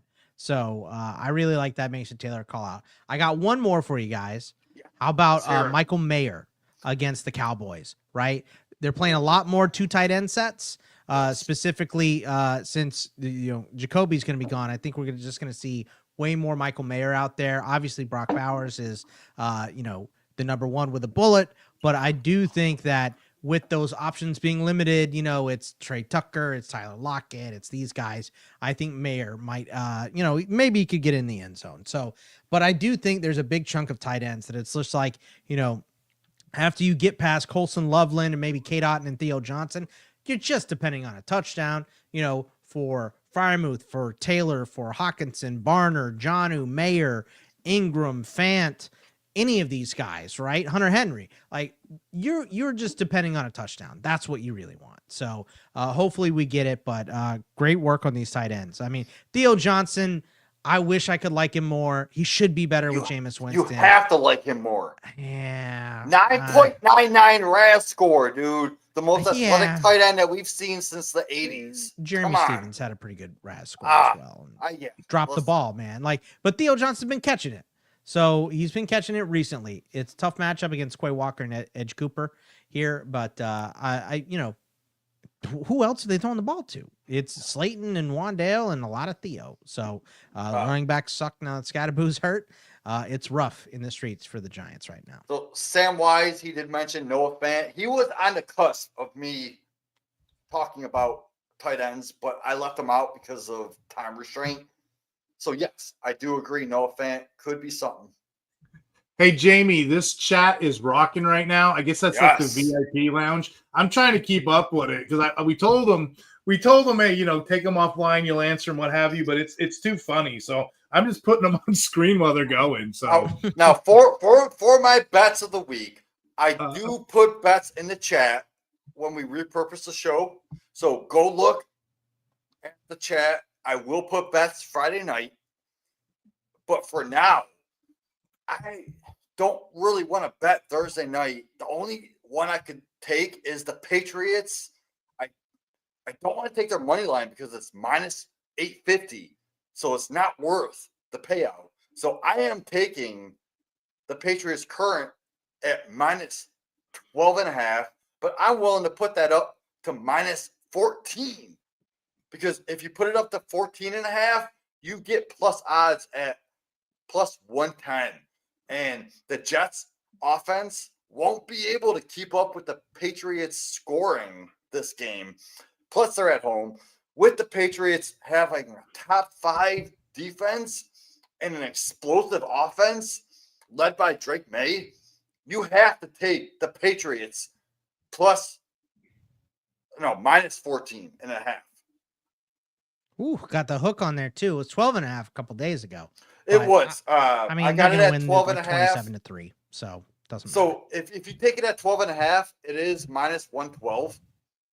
But if you put it to 14.5, you get plus 110. And that's what I'm doing, because I don't think the Jets are gonna win. And I would take a steaming dump on this game on Thursday Night Football if you let me. So I won't do it. But I will say for this game, I like the under. I just don't think the Jets are going to score many points, right? I think the Jets are going to be rough. And I said this on the Betting Pro show with Joey today earlier. We didn't have a number on Henderson. And I said, just take the over on his rushing yards, right? Yeah. The Jets are 28th in missed tackles. They're 28th in PFF tackle grade, right? They're just not a good tackling team. And if you give him a sliver of daylight, he's gone. So I think it's 78.5 was the line that came out. So I'm over on Trey Henderson's yards for sure. Yes, I would definitely take Trey Henderson's yards. I would also even take Breece Hall. Maybe he gets 50 plus. I don't think he gets anything higher than 50, but at 50 plus, maybe I can see that happening. The over 2.5 receptions was plus money earlier when I looked. So I like that one for Thursday as well.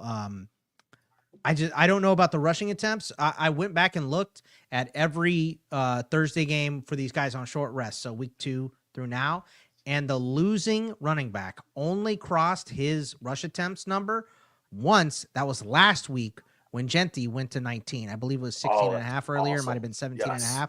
So Genty was the only guy on the losing team to cross that, and that was the most disgusting game we saw. So if this plays out as a traditional Thursday night game where the loser's getting their butt whipped, I think the Jets are going to have to throw the ball.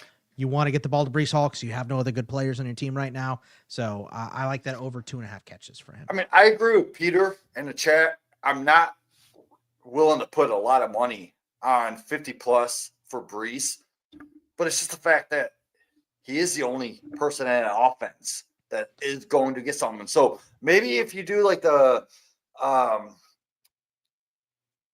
over on his reception yards and rushing yards, maybe put that into a parlay and lower it a little bit. I can see that happening. Get an alt line. Yeah, sure. Yeah. Put on the alt. But I do. The only thing that I'm guaranteed about is I put money on the Patriots minus 14.5 because I think they're going to win by more than 2 touchdowns. I think this should look like the Baltimore-Miami game. I just pray it doesn't look like the Broncos and Raiders game. That was disgusting. Yeah. So, Scott, do you have any other bets going forward for Sunday, maybe that we could? I haven't looked at Sunday yet because I do so much college football betting. So I did my Thursday night stuff. I'll do my Monday night stuff, but typically I make my Sunday bets on Saturday. So I'm going to be writing an article for my college football best bets tonight, and then I'm going to be recording a show for it tomorrow. So lots of college the next 2 days, but I might throw some bets your way. So come back, drop it in the chat. I want to see all your college bets, and then if you do make some Sunday bets, I also want to see those in the chat. I drop them in the chat. I usually put about 5, 6, 7, 8, maybe 6, 7 at least in the chat. If you go look at last week, I hit on 6 of my 7. Nice. So put them in the chat. I was 0-5 last Thursday, and that's stupid. Nobody's going to score game. God, that was disgusting. Ugh. I hate Thursday night football. Should be illegal. Yes. Only off bye weeks. Give me a 3-0 game in the snow when men are just hitting each other. That's just, I'm old school like that. At least that's weather. I'll take that for weather. Football, I want scores. Yeah. Give me, if a nasty weather game, I understand. But there's no damn weather. It's just crappy quarterbacks. That's what it was. It was Bo Nix and Geno Smith. So that was gross. Jamie, you had some compliments in the chat too. Catching in the Rays is saying he loves your show. He says by far the best. Then we got some Scott is the GOAT. We got a lot of funny comments in this thing. Frosty, you said you need some help. You could always find me on IDP Hunter on Twitter. Jamie, what's your handle? I know you're gonna say it at the end. it's my name, Jamie Perogue, on Mhm. all social medias, Twitter, Yeah. anywhere, Facebook, Yeah, whatever. just message us. We'll answer them. Yeah, I do think wanna they have a say- chance, the Longhorns, but I like the over in that game. Arch has been playing way better. The Dogs don't have a pass rush. They're all in the NFL right now. It's Jalen Walker and Michael Williams. So I Jamie. believe they're like 128th grade in pass rush. So Jamie, what's your handle over here? Pete wants to know. You got a Grinder account? Jamie Perogue. I love small ones at. He didn't catch it. Hey, Pete, thanks for subscribing to the show. We appreciate you. I didn't get to your question because we were kind of going in a thing here. Fun fact for everybody. I like to do little fun facts because I got my dad jokes here. Do you know who PFF's 12th best edge rusher is from week 9 onward? I do. It's Jalen Walker. You're asking about that taxi stash. I'm just going to tell you, I'm playing him a lot of places. The only reason I didn't bring him up, he's owned in 44, 50% of leagues. This 20, show here's 22 points in a row, 2 games in a row. So he's this show here is more geared for like, oh shit, we missed our waivers. What do we do? And we probably named over 50 players. You know what I mean? So, but yeah, it's a pleasure. Let me ask always, you guys a question. Mhm. Who is the top 5 IDP ranker on this show? Oh, please stop. So yeah, I'm in the top. I think I'm 4 right now, but Scott's in there too. So we have a consensus. Yes. You know, we got top tier rankers. Scott's a jack of all trades, though. You can probably ask him about an H-back from 1940. He'll have him ranked. You know? That's right. Paul Hornig, he's in there. I love what Pete just said. He said, "Pleasure, guys. I had a rough day today, and you guys made it better." That's what it's all about. This is therapy to me. When I started doing these podcasts, my friend Jamie, remember that message board we had in Facebook? We would just get all the rookies together. I used to send his boss, Jeff Lambert, going for 2, my top 50 cornerback rookies. I'd send in the middle of the night, and it looked like Zodiac killer writings. I'm like, it's so cool that I do this now. But we all have a passion and love we put into it. That's what this show's about. It's about community getting together. There's a lot of dicks out there, and like I said, we're not about that life. We're about we show love. Yeah, we show love. Scott Bogman is a top 10 IDP ranker right now. Go look on Fantasy Only Pros. because I was first like 2 weeks ago. That's the only reason. No, it's not. That's not the only reason. Because you are a freaking beast.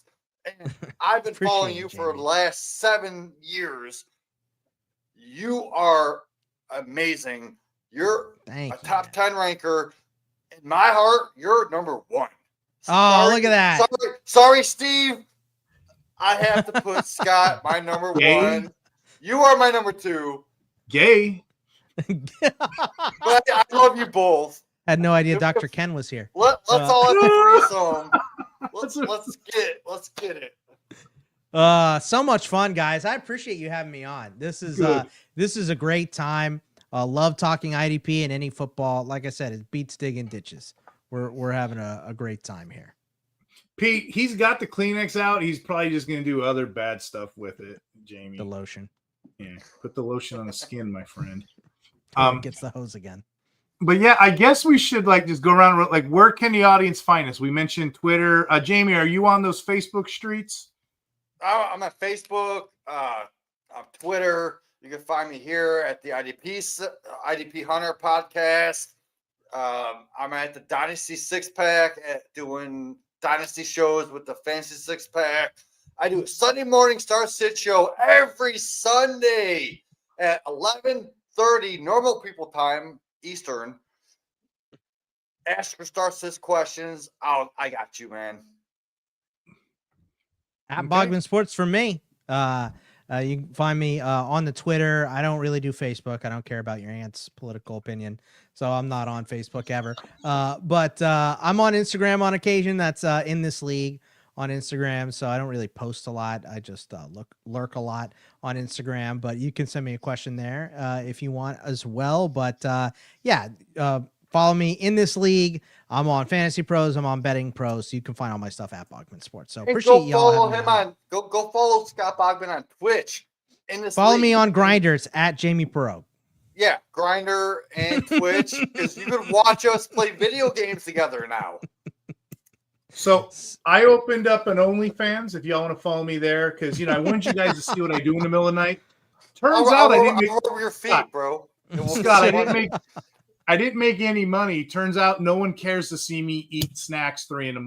It didn't work out for me. So I had to get off that. Look, this guy just sent us 50 DBs at 3 a.m. Let's put him on suicide watch. All right, what are we doing? So let's see. I'm not on. I like what you said about Facebook. I'm gonna try. I'm not on TikTok where the little kids dance. I'm not on the Facebook. I'm on Twitter. I'm on the Twitter streets. Yeah. I use that one, and you can find me. They at all Fancy, suck, but that's the most. That's Fancy Six Pack. I'm not IDP Center, as you know, and then Fancy Frames. We do a show with Gary and Jorge and JT every week. So again, if you guys need information, don't wait till the end of the week for this. You can find us anywhere. We're all out. All we are is an extension of one another, right? Yeah, we got you. That's it. Mm-hmm. All right. I guess we'll complete the podcast. Talk hard, everybody. Take care. Peace out.